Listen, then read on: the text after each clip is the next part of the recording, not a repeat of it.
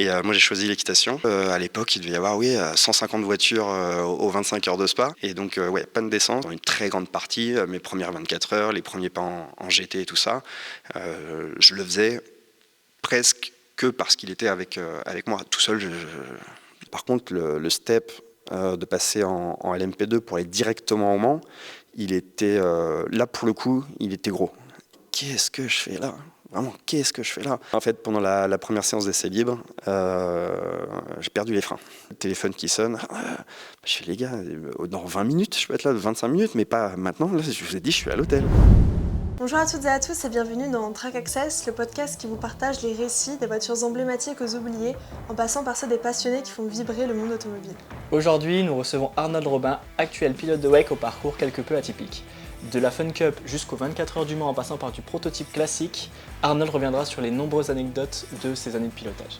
Merci à Léo Briand d'avoir rendu cette interview possible et n'hésitez pas à vous abonner, à liker cette vidéo, ça nous aide énormément à nous faire connaître. Bon visionnage!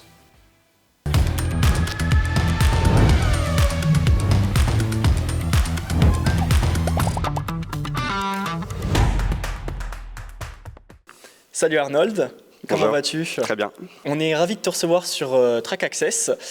Donc du coup, tu seras sur le premier épisode, sur notre épisode de pilote. Enchanté. Et merci de nous accueillir dans ce magnifique garage. Donc on est chez Zosch Compétition, qui a une histoire un peu particulière. Ouais, alors moi j'ai débuté le sport auto, on va dire aux alentours de 20 ans, donc en 2005. Et c'est sur une Fun Cup de chez Zosch que j'ai roulé pour la première fois. Alors à l'époque ça s'appelait deux fourneaux événementiels parce que c'était pas forcément leur activité principale. Beaucoup d'événementiels, de réceptifs sur le Mans.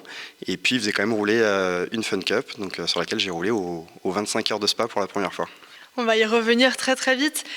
Du coup, tu as un parcours qui est quand même assez singulier parce que tu n'as pas fait comme tout le monde en commençant par le karting, mais tu as commencé par un autre sport. Donc il y avait des chevaux certes, Ouais. mais pas sous le capot. Non, des vrais chevaux, des chevaux vivants. En fait, je pense que mon papa m'a mis dans un karting peut-être à 10-11 ans. Et en parallèle, j'avais débuté l'équitation. Et typiquement, les week-ends ne sont pas extensibles. Et puis, donc, il a fallu faire un choix entre les deux.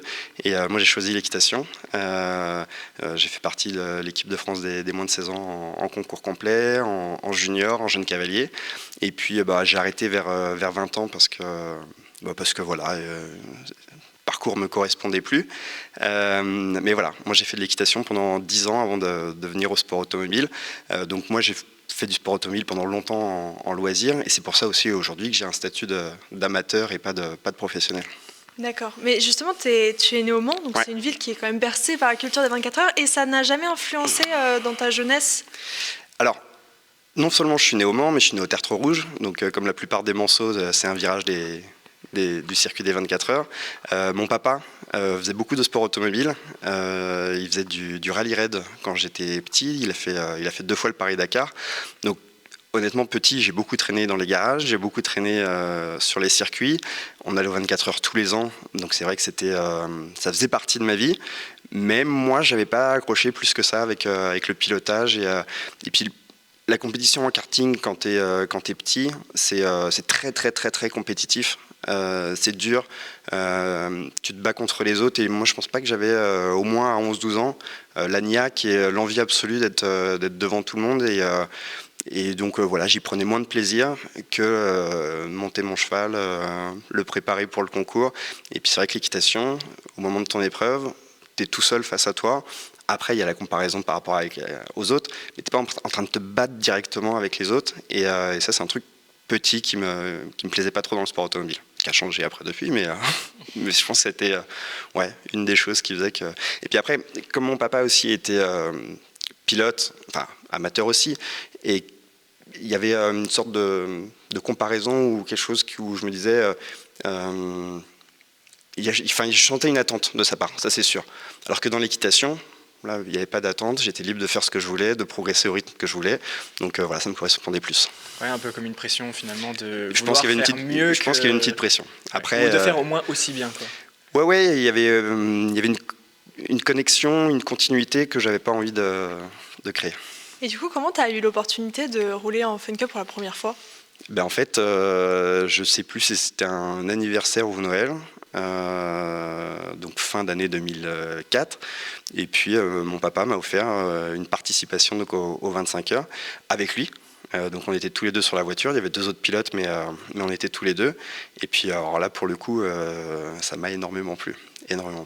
Pour ceux qui nous écouteraient, qui nous regarderaient et qui ne savent pas trop ce que c'est une Fun Cup, Ouais. est-ce que tu pourrais décrire un petit peu Alors une Fun Cup, c'est un prototype, c'est-à-dire que c'est pas issu d'une voiture de série, un châssis tubulaire, un moteur central arrière, une propulsion, donc des caractéristiques plutôt sympas, un poids très léger, c'est pas puissant, ça fait moins de 200 chevaux, mais voilà, des plateaux très remplis, entre 50 et 60 voitures, et surtout des courses d'endurance. C'est-à-dire que les courses les plus courtes en France doivent être des 6 heures ou des 8 heures, et on a une course de 25 heures dans l'année avec les 25 heures de Spa. Ouais. En parlant des 25 heures de Spa, du coup, ça peut nous permettre de faire le parallèle avec ta première course.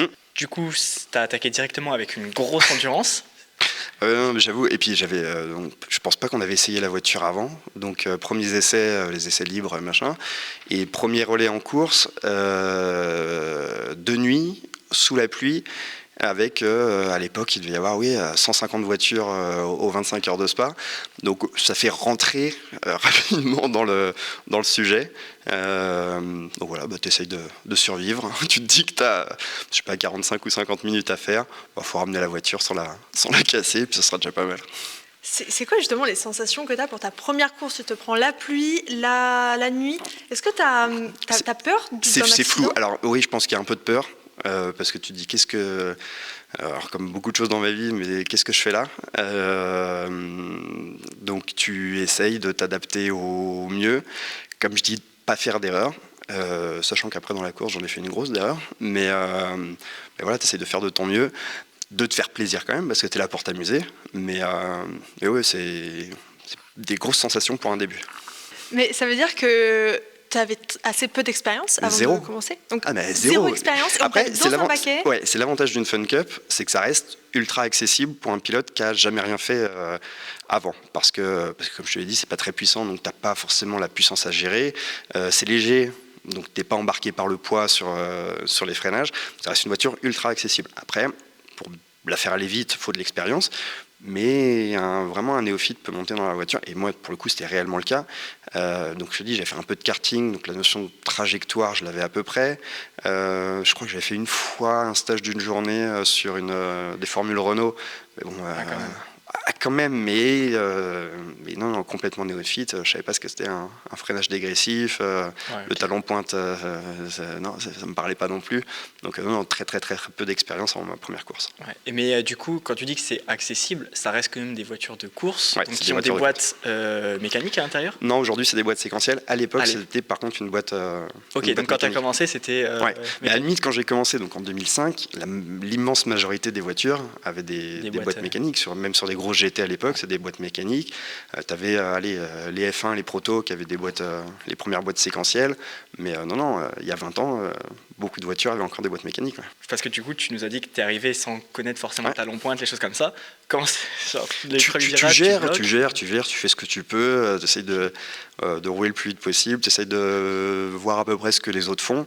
Mais non, tu fais que gérer et t'adapter, mais tu es encore loin des vraies notions de pilotage que j'ai appris après, quoi. Et sans toutes les datas, parce qu'à l'époque, il n'y avait pas tout ça, comment tu as fait pour progresser? Alors, sur la première course, là, tu progresses pas. Et donc, tu fais ce que tu peux, et puis à la limite, on voit ton potentiel. On dit, ça roule pas si mal que ça pour une première course et ça.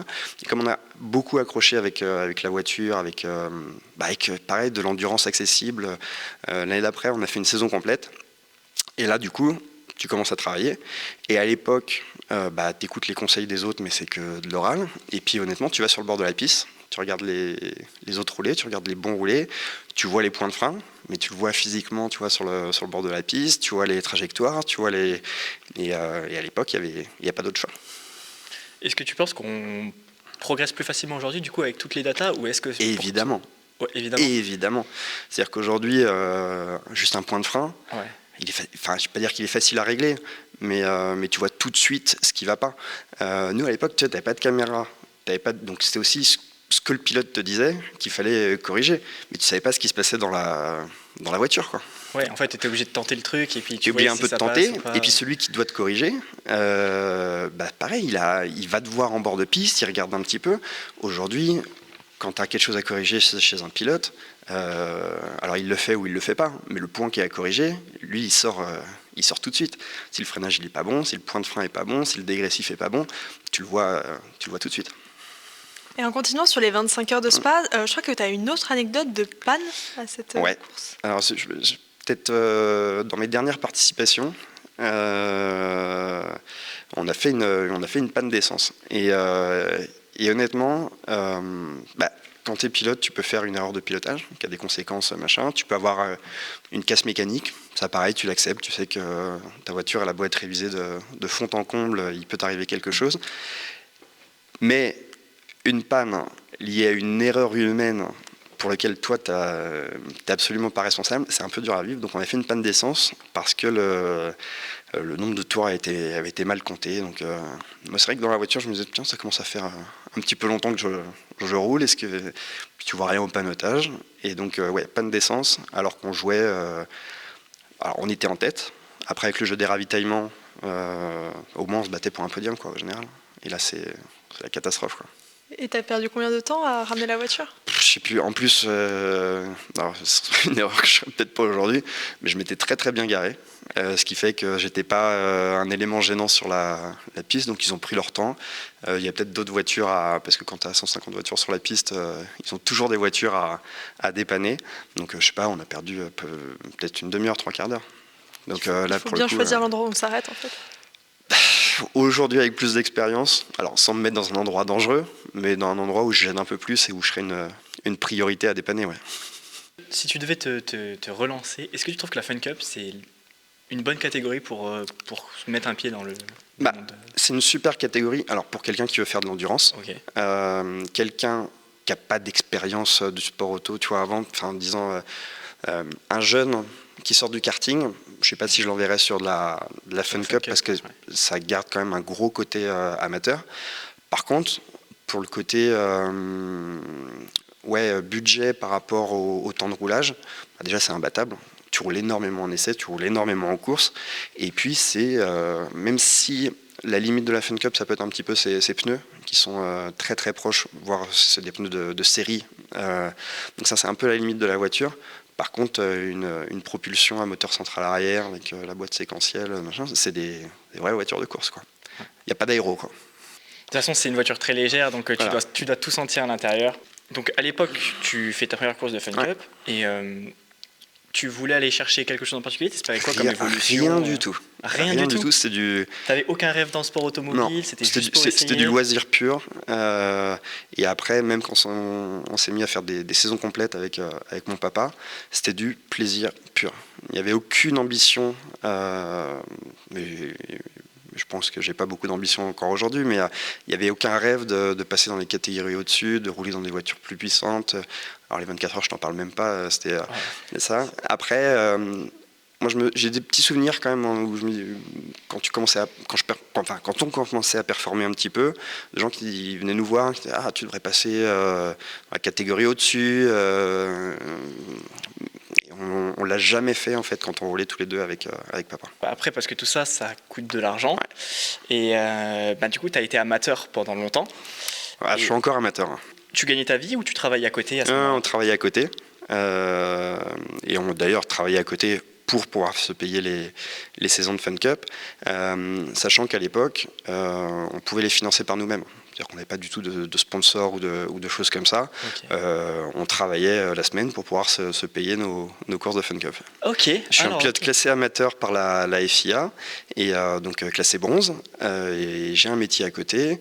Et alors certes, le sport auto me prend beaucoup de temps aujourd'hui, mais je reste un pilote amateur, j'ai 40 ans, c'est pas ma vie, je gagne pas ma vie avec le sport automobile. Okay, d'accord. C'est-à-dire que je continue même à amener des budgets donc pour rouler. Alors pour ça, aujourd'hui j'ai des sponsors, parce que c'est des montants que je pourrais pas avancer tout seul. Pour le coup, avancer tout seul. C'est-à-dire que là, même en travaillant la semaine, je ne pourrais pas amener ces budgets-là.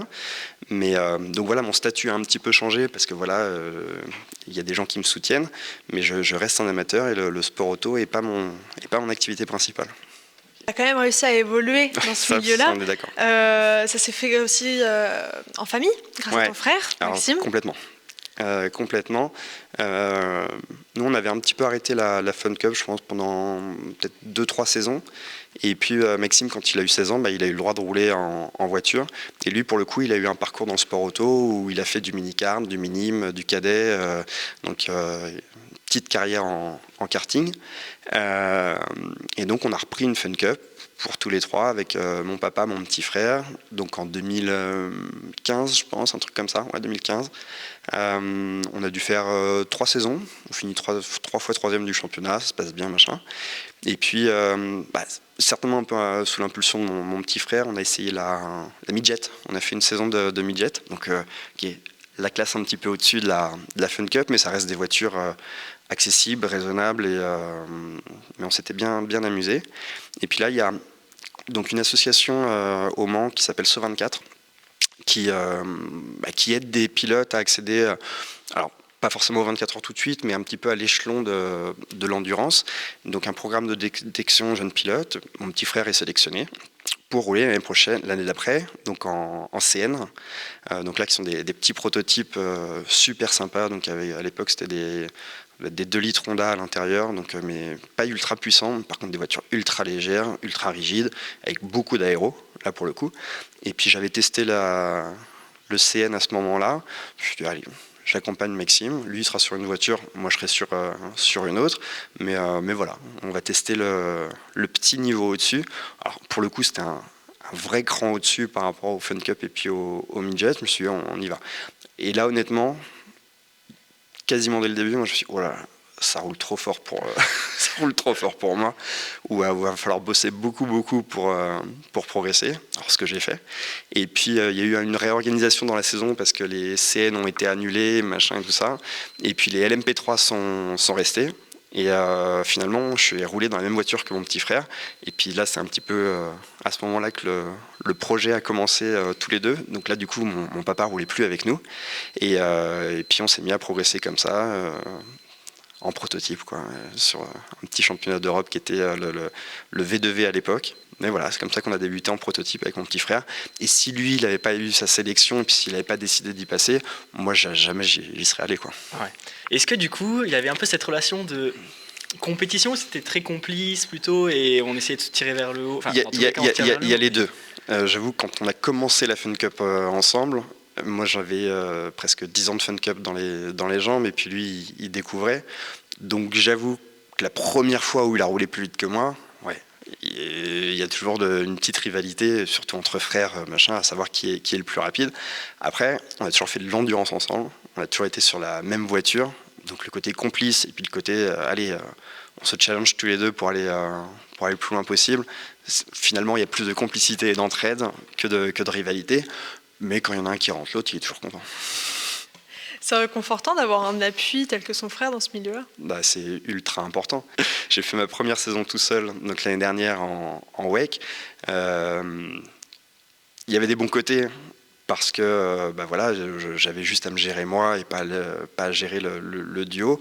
Mais effectivement, j'avais pas son soutien. Alors, il est venu sur les courses, mais c'était pas la même chose que de partager une voiture avec son frère. En plus, on est très différents, donc on s'apporte beaucoup l'un à l'autre. Donc c'est pour ça que moi j'ai toujours aimé rouler avec lui. Et pendant une très grande partie, mes premières 24 heures, les premiers pas en GT et tout ça, je le faisais presque que parce qu'il était avec moi. Tout seul, je n'aurais pas passé les étapes. Donc après, l'année dernière, je me suis un peu émancipé de lui, mais à l'époque, au moins dans les paliers de progression, s'il n'avait pas été là, j'y serais pas allé moi. Et pourquoi avoir choisi l'endurance et pas par exemple de la monoplace ? Au départ, il y a eu une partie de talent que j'ai pas, qui fait que moi je sais être régulier, je sais ramener une voiture, je sais gérer le trafic, mais la performance pure, quand on demande à un pilote de sprint en monoplace et tout ça, moi je sais que je l'ai jamais eu, notamment parce que entre 10 et 20 ans, j'étais pas dans une voiture ou dans un karting. L'agressivité et puis le talent qui se développe à cet âge-là, tu le rattrapes presque jamais. Tu le rattrapes jamais. Tu es passé aussi un peu sur prototype. qu'est-ce que ça fait de passer d'une Fun Cup du coup C'est à presque, un prototype? c'est presque ça. Ouais. L'année d'avant la LMP3, on a fait certes de la midget, mais on avait fait aussi une saison complète de Fun Cup. Là, pour le coup, ça a plus rien à voir. Ouais, bah, Là, tu dois réellement réapprendre à rouler, notamment parce que les Fun Cup, les midget, elles n'ont pas d'aéro. Quand tu passes sur un proto avec fond plat et aéro, faut te forcer à rentrer dans l'aéro de la voiture pour que ça grippe. Et ça, c'est...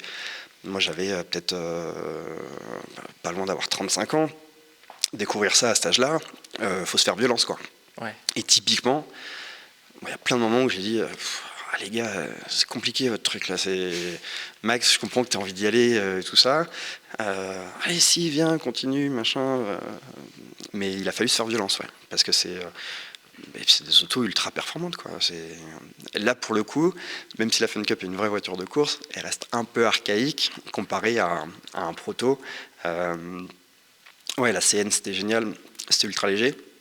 Après, la LMP3, c'était presque un peu plus facile, parce que comme c'est un peu plus lourd et tout ça, t'es un peu moins dépendant de la charge aéro que sur une CN, ou une CN, si t'es pas dans l'aéro, ça marche vraiment pas. En fait, dès qu'il y a de l'aéro qui rentre en jeu, c'est un peu de l'invisible, entre guillemets. C'est de l'invisible. C'est-à-dire que c'est... Faut faire confiance au vent, quoi. Un peu faire confiance à la voiture. Là, pour le coup, les datas étaient énormément. C'est-à-dire que on dit non, ça passe à cette vitesse-là, et surtout, moins tu vas en mettre, moins tu vas avoir de grippe aéro. C'est-à-dire rentre dans l'aéro. Et ça, faut se forcer. Tu vois que sur les datas, ça passe. Donc à un moment donné, il y a toujours un premier passage qui est un passage où tu te dis jamais de la vie ça passe, faut y aller. Donc tu essayes de le faire d'abord dans des endroits où si ça passe pas, les dégagements sont loin. Voilà. Donc c'est toujours plus facile de le faire au Castellet qu'à Dijon. Mais voilà, faut faire confiance à la voiture, et puis se faire confiance aussi, et puis se faire un peu violence, et puis sinon typiquement sur un proto, un amateur qui n'arriverait pas à rentrer dedans, les écarts peuvent être énormes. Et quelle technique de pilotage t'as dû apprendre en particulier quand t'es passé sur des prototypes plus puissants ? Les freins, il y avait un peu de boulot, notamment avoir ce qui était un peu moins gênant sur la Fun Cup, mais avoir une vraie belle attaque de frein, parce que justement par rapport à l'aéro, avoir une grosse attaque pendant que tu es à la vitesse max permet justement d'avoir une très très très grosse décélération dès le début. Si tu es un tout petit peu progressif ou pas assez dégressif, là tu vas bloquer et tu vas pas comprendre pourquoi tu bloques, machin. Donc juste pareil, faire confiance aux freins. Mais vraiment, c'est typiquement des voitures dans lesquelles il faut faire confiance à la voiture, parce qu'elles ont un niveau de performance qui est énorme. Pareil, c'est quasiment la première fois que je roulais avec des pneus slick. Il faut faire confiance aux pneus slick, qui a un grip mécanique énorme. Dès que tu vas être un petit peu en dessous et en fait pas assez incisif, ça marche pas. Pareil sur le pitch de la voiture en fin de frein, on est sur un proto, ça peut se laisser un petit peu rouler, mais à un moment donné, ça ne tournera jamais si ta voiture elle n'est pas encore en charge au moment où tu tournes, quoi. Parce que c'était un petit peu moins le cas sur une Fun Cup, parce que voilà, c'est plus léger, tu pouvais reprendre les gaz très tôt. Là c'est pareil, on est bien attendre d'être plutôt droit, plutôt dans l'axe avant de reprendre les gaz, sinon ça marche pas. Donc c'est plein de choses qui font qu'un proto c'est compliqué, et qui fait que, pareil, en débutant moi à 35 ans, c'est pas que je me suis jamais senti à l'aise dans un proto, mais c'est tellement particulier, et quand t'as pas fait de monoplace avant, c'est dur de se sentir performant dans un proto pour un amateur comme je suis, et c'est pour ça que on a pris aussi à un moment donné la décision de revenir à la GT, qui là pour le coup moi me correspond 1000 fois mieux. La GT, du coup c'est beaucoup plus facile à conduire qu'un proto ? Ça permet plus de choses, ouais. C'est plus t'as besoin d'être un peu moins précis. Tu peux entre guillemets un peu plus rentrer dedans, parce que on a commencé le GT3 en 2022. On a découvert l'ABS.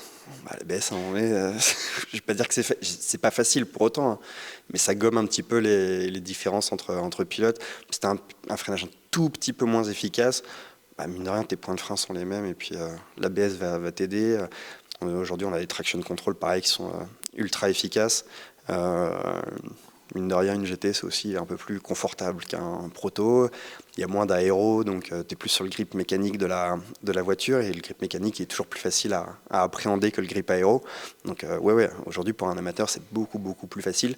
Surtout, c'est plus facile d'être proche des pros et de te dire, ok, je suis pas au niveau des pros, mais je suis plus proche d'eux que dans un proto. Un proto, il y a des circuits où tu sais que certains virages qui demandent beaucoup, beaucoup, beaucoup, beaucoup d'engagement, la différence, ça va être forte. Là, sur des virages qui demandent beaucoup, beaucoup d'engagement, il reste toujours une différence. Toujours des choses que je n'irai pas chercher, mais elle est beaucoup plus faible qu'avec un proto. Ouais. Tu as d'abord commencé avec l'Ultimate Cup Series, ensuite tu es passé en ELMS. Ouais. Est-ce que tu as une anecdote à nous raconter sur les championnats, l'un ou l'autre, peu importe c'est vrai que l'Ultimate et puis le V2V avant sont un peu plus orientés vers les amateurs. Après, sur un championnat LMP3 en ELMS, il faut aussi un amateur dans la voiture. Mais par contre, oui, un petit peu sur l'organisation, sur le règlement, il y a un step entre les deux. Et puis, comme à un moment donné, quand on avait commencé le proto, il y a une petite lumière du Mans qui là pour le coup commençait à s'allumer un peu. Tu te dis oui, il faut aller vers les championnats assez hauts, t'as pas trop le choix. Et puis c'est bien, je trouve cette pyramide un petit peu de débuter dans un championnat qui est peut-être un petit peu plus souple, mais qui te permet d'apprendre.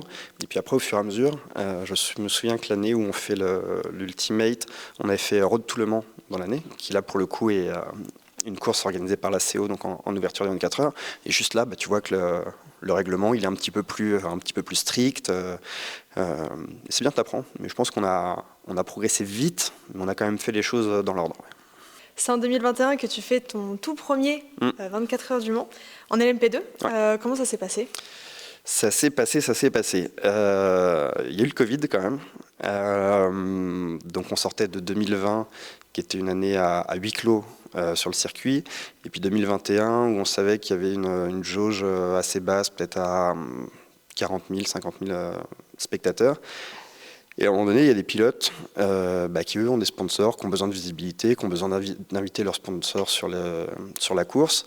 Ils se sont dit, bon, on n'y va pas. Donc, il y avait la voiture du Graf qui était disponible pour ELMS plus Le Mans. Et on apprend ça l'hiver, qui est cette opportunité-là. Mais par contre, le step de passer en LMP2 pour aller directement au Mans, il était, là, pour le coup, il était gros. Et nous, on avait Vincent Capillaire qui était notre coach avec Maxime, et puis qui lui pilotait en LMP2 au Mans. Ça devait être, avant nous, il devait avoir 7 participations, donc énormément d'expérience. Et puis Vincent, donc en tant que coach, à chaque fois, il validait les étapes pour dire « Ok, vous êtes prêts à y aller ?» Là, pendant l'hiver 2020-2021, il dit « Les gars, moi, je valide pas tout de suite. » On va d'abord tester la MP2. Physiquement, le step, pareil, il va être au-dessus. Il va falloir bosser. Techniquement, il va falloir bosser.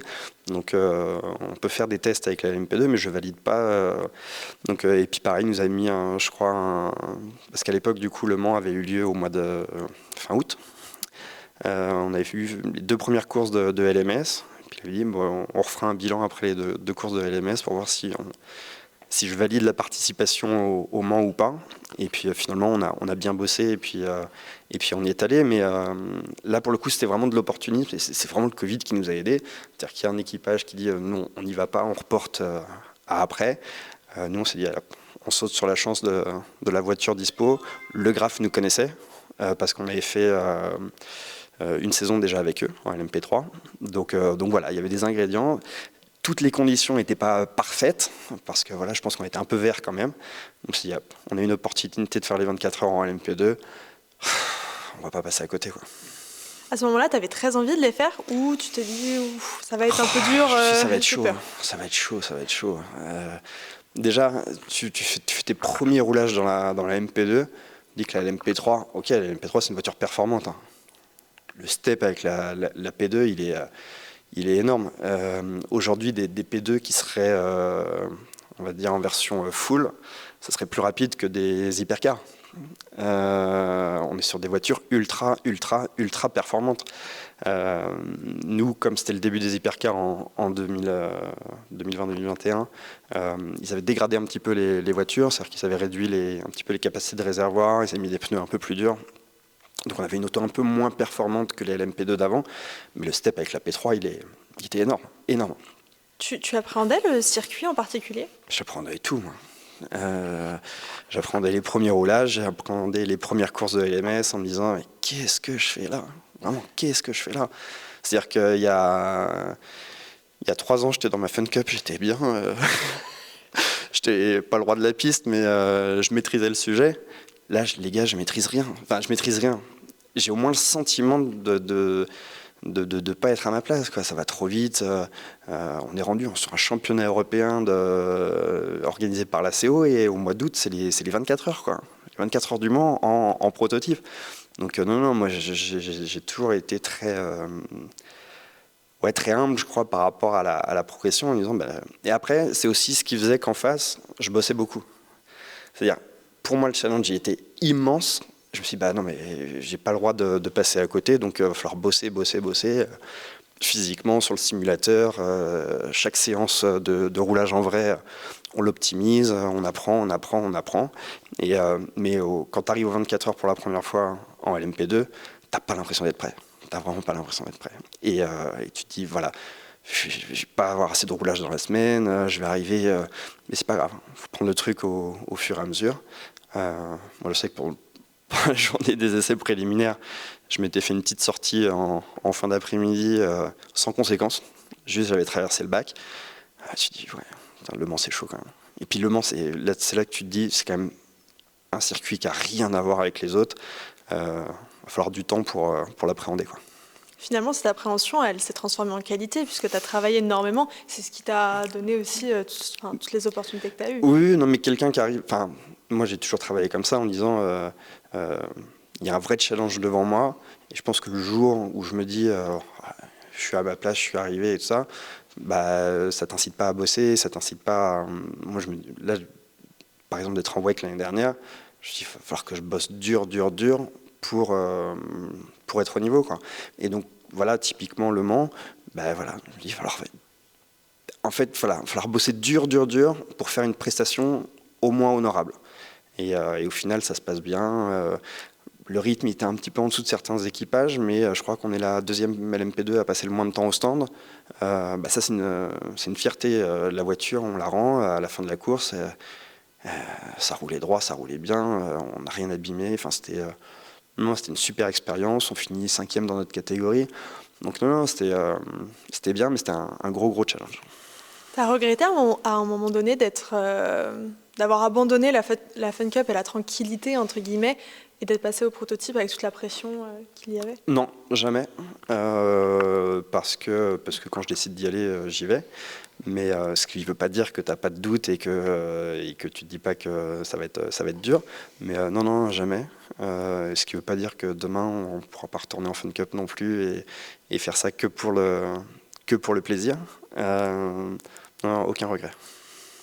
Visiblement, 2021, ça t'a pas suffi, puisque tu retournes en 2023. Sauf que cette fois, c'était l'édition du centenaire. Ouais. Et t'es pas en LMP2, t'es en LMGTE à ce moment-là, dans une Aston Martin. Je crois que ça s'est pas passé super bien.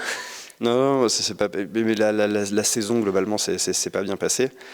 Par contre, c'était une immense opportunité de pouvoir être au départ du centenaire pour la dernière année des GTE, qui sont des voitures fabuleuses aussi. Donc voilà, il se trouve que je fais une sortie de piste tête à queue, presque bête, mais de ma faute. Et puis aujourd'hui, sur les dégagements, on a des zones d'asphalte qui sont ultra abrasifs et je crève des 4 pneus. Donc la même erreur à un autre endroit aurait été sans conséquence. Je repartais, à la limite on rentrait au stand parce que je pense que j'avais un peu touché l'aileron, un petit peu touché le diffuseur, mais c'était réparable très rapidement. Là, juste le fait d'avoir crevé des 4 pneus, je ne peux pas repartir. Donc ultra frustrant que la course s'arrête pas au bout de 6 heures. On était sur le podium. On avait une bonne stratégie de début de course où moi j'avais passé pas mal de temps en début de course dans la voiture, donc ça c'est toujours bien. On avait économisé des pneus, on était passé au travers de 2 orages, donc non, c'est ultra frustrant, mais c'était une faute de ma part, donc voilà, faut l'assumer. Tu t'en veux à ce moment-là? Ouais, Tu énormément. te dis, ah, c'est la vie, c'est comme ça, c'est pas grave. Non, après tu te dis, bah voilà, c'est le sport auto, j'ai fait une erreur, et puis bah voilà, tu fais des erreurs. Alors là, pour le coup, ça a des grosses conséquences parce que c'est la grosse course de l'année, parce qu'il y a tes sponsors. Mais au moment où tu le fais, oui, là, tu t'en veux parce que c'est le projet d'une équipe, c'est le projet des autres pilotes. Nous, on avait Valentin avec nous, c'était ses premières 24 heures. Il avait des grosses ambitions pour la course. Tu t'en veux pour l'équipe, tu t'en veux pour tes mécanos qui ont bossé toute la semaine comme des dingues. Et puis là, il fait pas encore nuit et la course s'arrête. Donc là, tu t'en veux pour tout ça.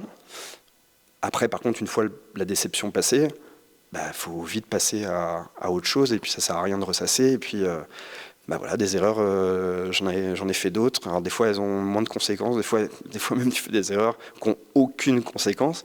Là, c'est une petite erreur qui a une immense conséquence parce que c'est un abandon au Mans, bah, c'est toujours c'est un crève-cœur. Après, voilà, faut passer à autre chose et puis rebosser pour la suite. Après, tu as juste envie d'arriver à la course de l'année d'après. Ouais. Déjà, tu restes pas sur le circuit longtemps, comme il n'y a plus rien à y faire. Tu vas voir tes partenaires, tu dis pardon. Là, ils te disent tous qui t'en veulent pas, que ça fait partie de la course. Et puis, ouais, tu passes à la suite et tu as envie d'en découdre, bah, notamment sur le championnat européen où on avait envie de défendre nos couleurs. Voilà. Alors, pour le coup, la saison s'était mal passée aussi sur le championnat européen. Pas de ma faute cette fois-ci. Mais non, voilà. Après, c'était une super année de prise d'expérience, de découvrir la GTE, c'était sa dernière année, qui était une voiture fabuleuse. TF, qui était une méga équipe, pareil, qui maîtrisait super bien son sujet. Donc, c'était des bons souvenirs. En plus de la voiture que tu as roulée cette année-là, tu as roulé plusieurs autres types de GT3. Ouais, c'est vrai. Une Lexus, du coup cette année. Tu as également roulé une Audi R8 LMS et l'Aston Martin Vantage, du coup AMR. Est-ce que tu as vraiment des grosses différences de sensations de pilotage à bord de chacune des voitures? Ouais, alors typiquement, ne serait-ce que la construction de la voiture fait qu'entre une voiture qui a un gros moteur à l'avant et une voiture qui a un moteur à l'arrière, ne serait-ce que ça te fait des grosses différences. Et c'est ce qui est sympa en GT, c'est de rouler contre des voitures qui ne sont pas à l'aise aux mêmes endroits du circuit. Et typiquement, entre la R8, qui a son gros moteur à l'arrière central, alors c'est pareil, on pourrait se dire que c'est la position idéale pour un moteur. Mine de rien, quand ça part, ça t'emmène, quoi. Un moteur, pour moi, central avant, pour un amateur, je pense que c'est une architecture qui est plus facile à gérer.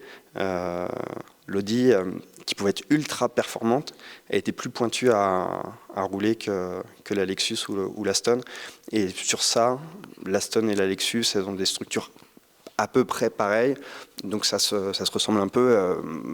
Peut-être que l'Aston est un peu plus agile dans le sinueux, mais la stabilité, par exemple, de la Lexus à haute vitesse, ça c'est un plaisir. Et justement, en parlant de la Lexus, donc cette année, c'était ta première année en WEC. Ouais. Première année où tu t'émancipes un peu de ton frère. C'est ça. C'est chouette de rouler un peu tout seul? Bah, il y a certains moments où je me disais, ouais, c'est chouette, j'ai juste à m'occuper de moi, voilà, j'en profite pour moi. Alors, allez, je me permets d'être un petit peu égoïste, on en a profité beaucoup tous les deux. Là, j'ai cette opportunité-là, j'y vais, et puis ouais, je pense à moi. Donc ça, pour le coup, c'était sympa. Et puis, c'est surtout pour aller sur un championnat fabuleux, le WEC, avec ta garantie d'aller au Mans, parce qu'avant, on déposait des dossiers pour aller au Mans, donc jusque fin février, t'es jamais assuré d'avoir ta place. Donc là, c'est pareil, débuter la saison en sachant à 100% que tu feras le Mans, ça c'est top, c'est vraiment top. En parlant du WEC, du coup, cet été, au Brésil, tu as connu un petit incident. Est-ce que tu peux nous en parler?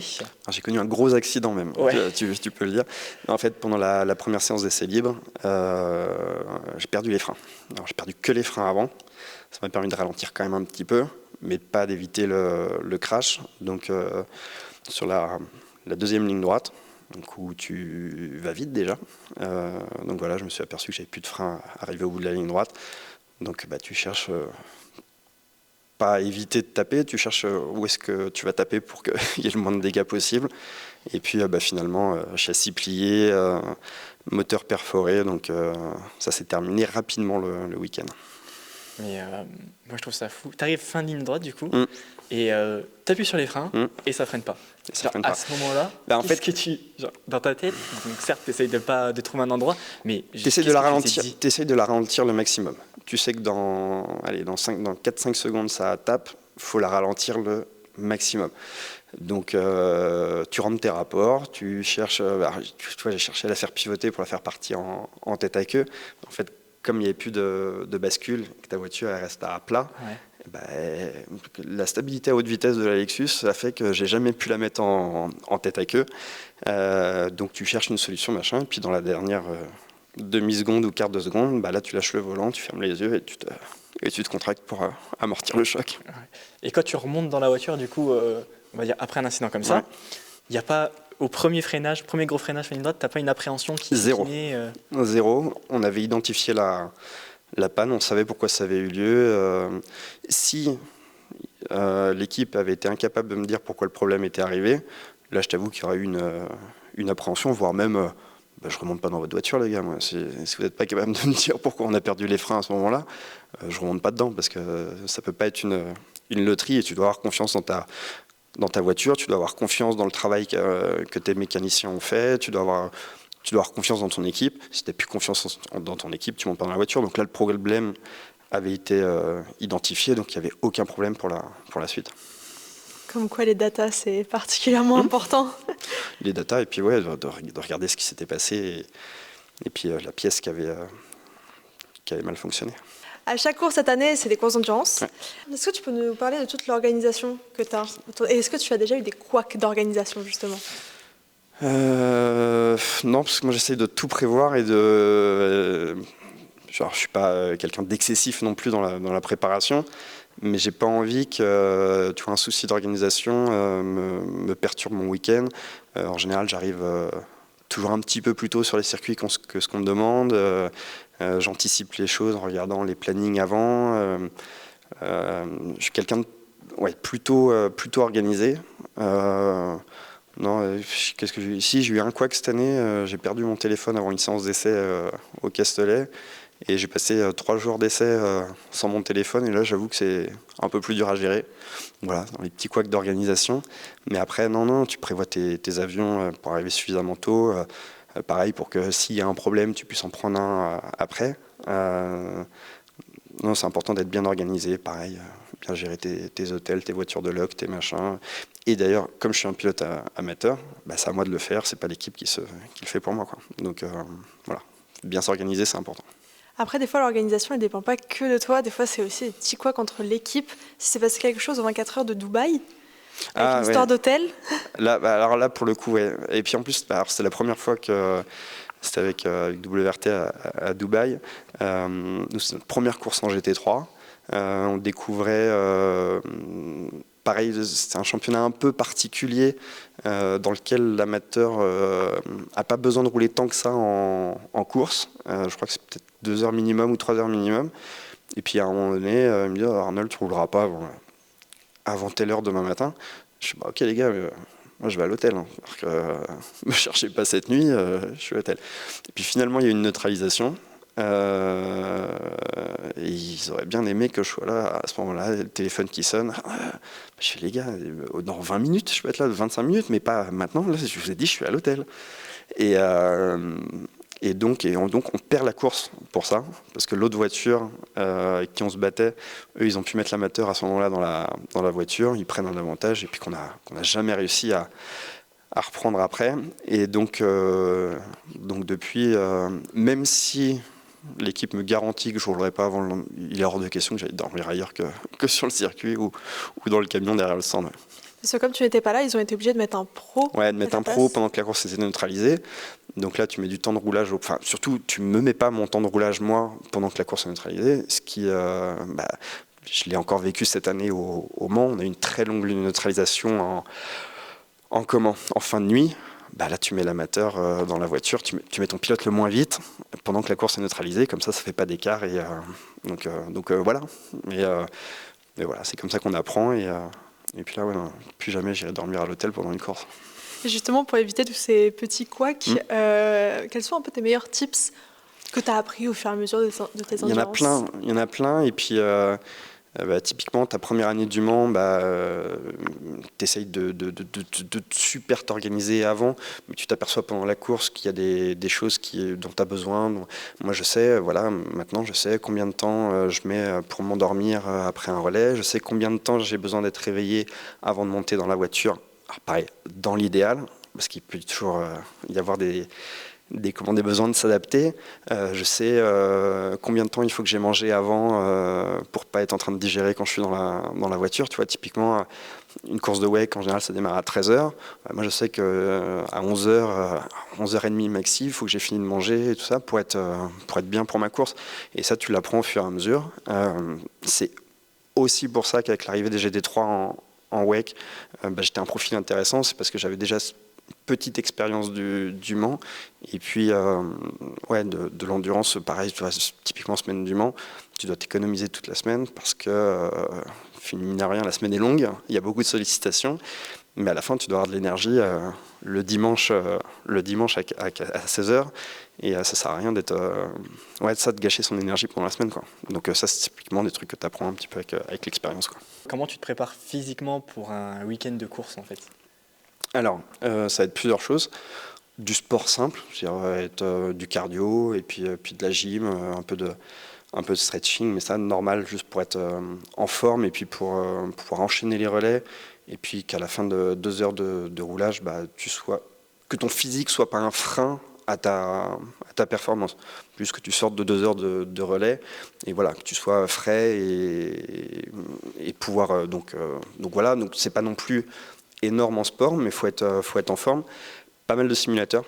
Aujourd'hui, c'est un super outil qui te permet d'appréhender ton week-end, on va dire techniquement, sur tes points de frein. En général, tu roules avec ta voiture, avec quelque chose de très réaliste.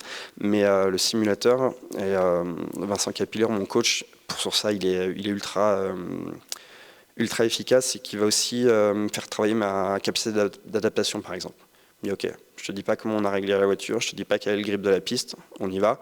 Puis là, c'est à moi, sur le simu, tu vois, d'aller chercher les limites. Alors, ça peut être très loin de la réalité, mais là, il me fait travailler ma capacité d'adaptation. Des fois, il me fait rouler avec des F1 sur des circuits que je connais pas. Là, c'est pareil. Le défilement, le faire travailler pour qu'après, dans la réalité, ça soit plus facile. En fait, tout le travail que tu fais, c'est pour qu'une fois au volant, ça soit facile. Ok. Tu te crées des difficultés. En fait, voilà. Toute ta préparation, ça va être dur, ça va être compliqué, tu dois aller dans tes retranchements pour qu'une fois dans la voiture, ça te paraisse plus facile. Ok. Tous tes entraînements, du coup, tu fais du simulateur, on l'a entendu, tu te prépares physiquement en faisant certes du sport plus classique, on va dire, mais quand même, et tu as tes week-ends de course, plus tu travailles à côté. Est-ce que au quotidien, c'est pas compliqué à vivre et même à concilier avec finalement une vie normale entre guillemets? Alors, moi je suis célibataire, j'ai pas d'enfant. Notamment pour mes team managers, c'est une super nouvelle. C'est-à-dire que j'ai déjà entre guillemets pas ça comme distraction ou ça à penser. Donc ça, mine de rien, c'est un avantage aussi dans ma vie, c'est que j'ai peu de contraintes. Donc voilà, après il y a le boulot. Mais le projet est tellement beau et puis avoir la chance de rouler aujourd'hui à ce niveau-là, non, tu te donnes les moyens de te préparer et puis du temps, on en a tous finalement, même si des fois les journées se finissent tard. Surtout que moi j'ai plein d'autres passions à côté, donc je suis pas non plus, tu vois, monomaniaque du sport auto. Donc non, on le trouve le temps. Après, c'est vrai que si tu prends le temps de la préparation, des voyages, c'est beaucoup de temps sur une année. Mais voilà, aujourd'hui, je peux me permettre de le faire, donc je le fais. Tu fais déjà beaucoup de choses et à côté, tu t'es dit que tu allais rajouter encore quelque chose en plus, le classique. Ah oui, on roule aussi en classique. Alors, là, c'est en fonction aussi du coup de mes disponibilités, mais mon papa roule en classique, lui. Donc il a arrêté de rouler en moderne, mais il continue à se faire plaisir en classique. Et puis là, c'est moi, c'est une super... c'est un truc à côté, tu vois. Il n'y a pas de pression, c'est des week-ends où il n'y a que du plaisir. L'esprit de compétition, il est un peu moins fort. Et puis l'ambiance du classique, moi j'ai toujours adoré ça. Mon papa, il y a des voitures des années 60-70. Donc moi, j'étais pas né, mais je suis presque nostalgique un petit peu de ces années que j'ai pas connues, parce que le sport auto à l'époque était très différent de ce qu'il est aujourd'hui. Et on t'a déjà vu dans une Chevron B16. Ouais. Est-ce que tu peux nous parler un peu de ce type de pilotage? Parce que c'est des prototypes qui sont quand même très très bruts, comme ils sont anciens. Ouais, qui sont très bruts.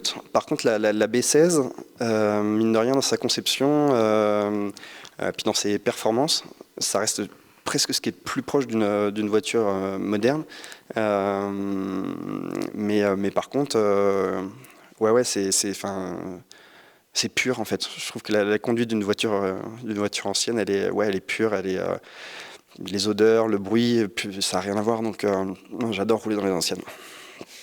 On adore aussi les classiques, mais est-ce que pour toi, ce serait intéressant de faire tout un championnat uniquement classique? Pour le plaisir, ouais. Bah oui, bien sûr. Mon papa le fait. Si demain je roule plus en moderne, ouais, ça pourrait être sympa de faire que du classique. Parce qu'en fait, ça n'a rien à voir avec le moderne. Tu prends des marges qui sont énormes parce que t'as vraiment pas envie d'abîmer des voitures qui coûtent cher et puis qui sont compliquées à réparer. Ne serait-ce que pour la sécurité aussi, à un moment donné, tu prends des marges parce que un accident en classique, ça n'a pas les mêmes conséquences. Typiquement, mon accident de Sao Paulo d'une perte de frein, il ne se serait pas terminé de la même manière avec une classique. Je serais probablement plus là pour en parler. Donc, même si les circuits ont énormément évolué sur la sécurité, la sécurité là pour le coup des voitures, on roule dans des voitures où on est très exposé. Tu penses que ça serait intéressant que tous les pilotes fassent parfois un peu de classique, surtout quand on apprend éventuellement? Non.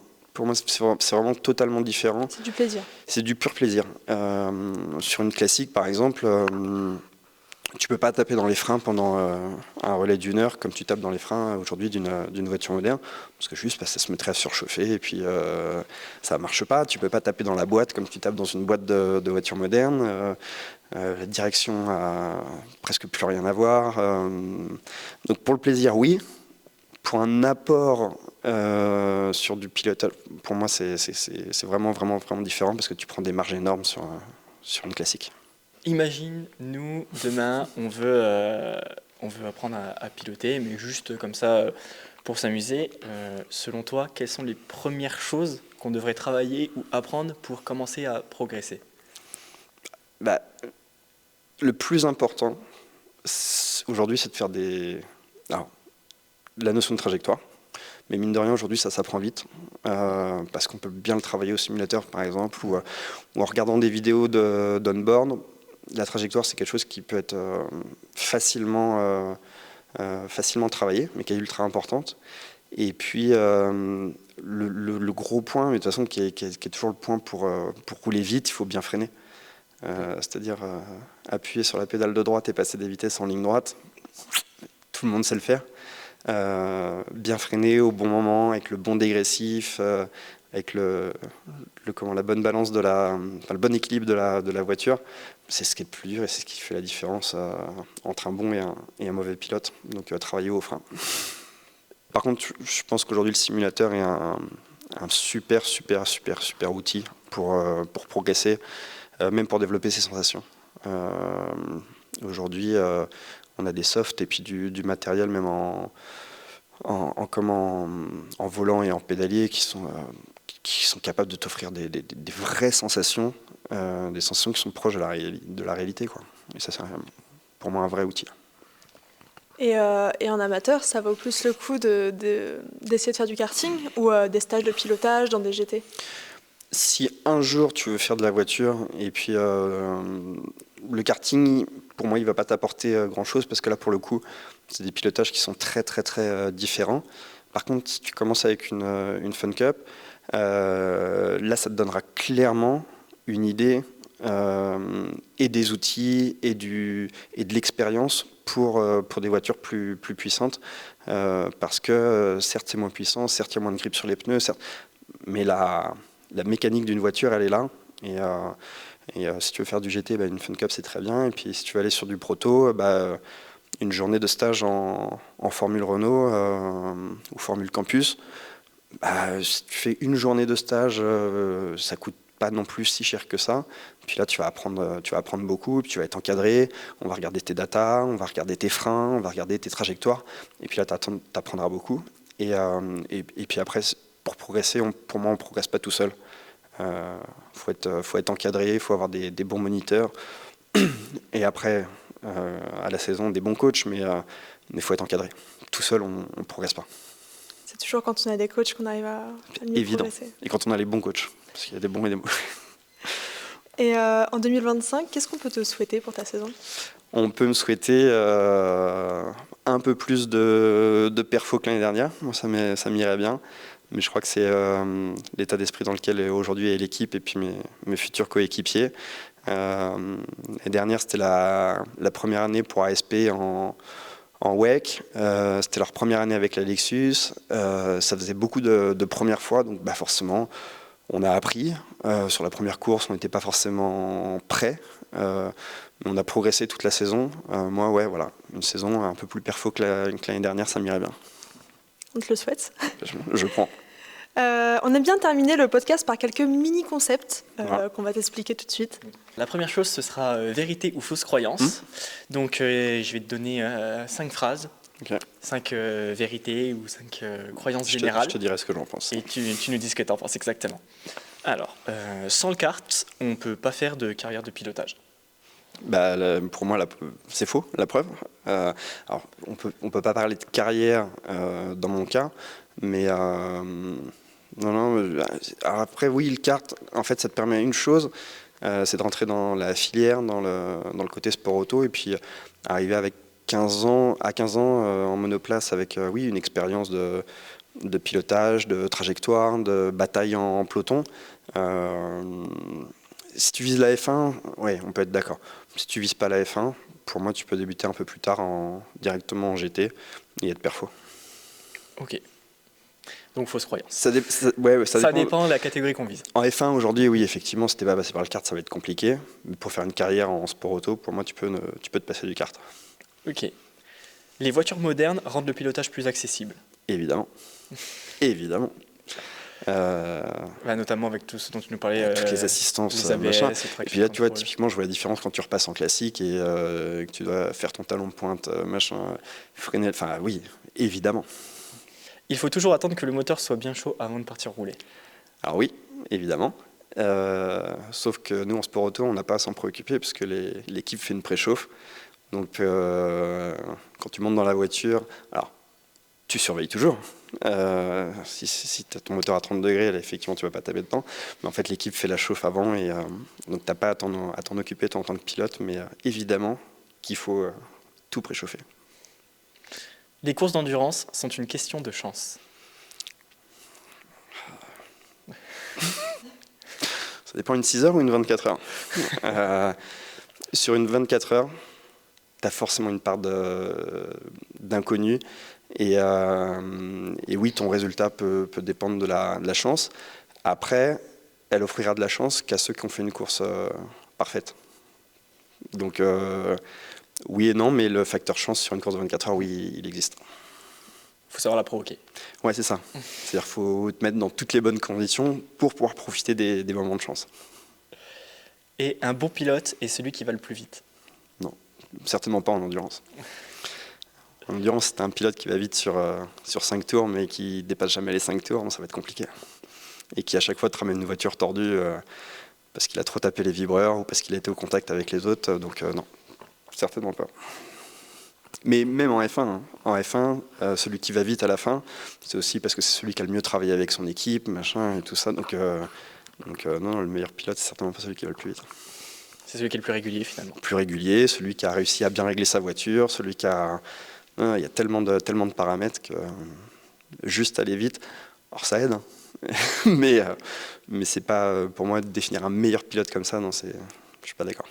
Alors, le deuxième concept, c'est tout ce que vous avez toujours voulu savoir. Donc, c'est des petites questions un peu bêtes, mais en fait que tout le monde se pose en secret. On va essayer. Alors, comment tu réussis à dormir et à te reposer correctement malgré des conditions qui sont quand même très précaires pour une course de 24 heures? Bah, ça se travaille. Moi, je sais que avant les 24 heures, machin, il y a de l'entraînement à la sieste. C'est-à-dire, tu te dis, ok, j'ai 1 heure, il faut que j'arrive à m'endormir en tant de temps, machin. Donc, comme tout, on s'entraîne. Tu as des techniques pour t'endormir rapidement? Ouais. Alors, moi, je sais que j'aime bien me mettre un peu de musique. Et puis, il faut arriver à se vider la tête. Parce que si tu commences à ressasser, donc 2-3 trucs. Un peu se vider la tête et puis de la musique, moi, ça m'aide. Ça fait quoi de prendre le rayon de spa à plus de 200? C'est cool. C'est cool. Et typiquement, le moment où je disais qu'il fallait des fois débrancher et puis se faire un petit peu violence, les premiers passages à spa, voilà, c'est toujours un peu ça. Alors aujourd'hui, on a du dégagement, donc ça aide. Il y a toujours un moment où tu te dis, putain, jamais ça va passer à fond. Et donc aujourd'hui, avec nos GT, ça passe à fond. Et c'est sympa. Ça fait pas peur de rouler avec des hypercars sur les courses, surtout avec le gros delta de vitesse? Si, c'est compliqué. Et puis gros delta de vitesse, mais en même temps, les hypercars aujourd'hui, c'est des voitures relativement lourdes, donc elles ne font pas les freins si facilement que ça. Donc des fois, ils profitent d'endroits pour doubler, où pour eux c'est le mieux, mais des fois il y a des prises de risque qui sont un peu importantes, donc c'est compliqué. Par contre, c'est ce qui rend la discipline belle, c'est qu'on est sur du multiclasse et que voilà, on doit gérer le trafic, essayer de pas trop perdre de temps, mais des fois il faut leur faciliter le dépassement, des fois au contraire il faut leur dire non, là t'y vas pas, donc ça c'est cool. Ça serait pas pareil si tu partageais pas la catégorie? Non, ce serait pas pareil du tout.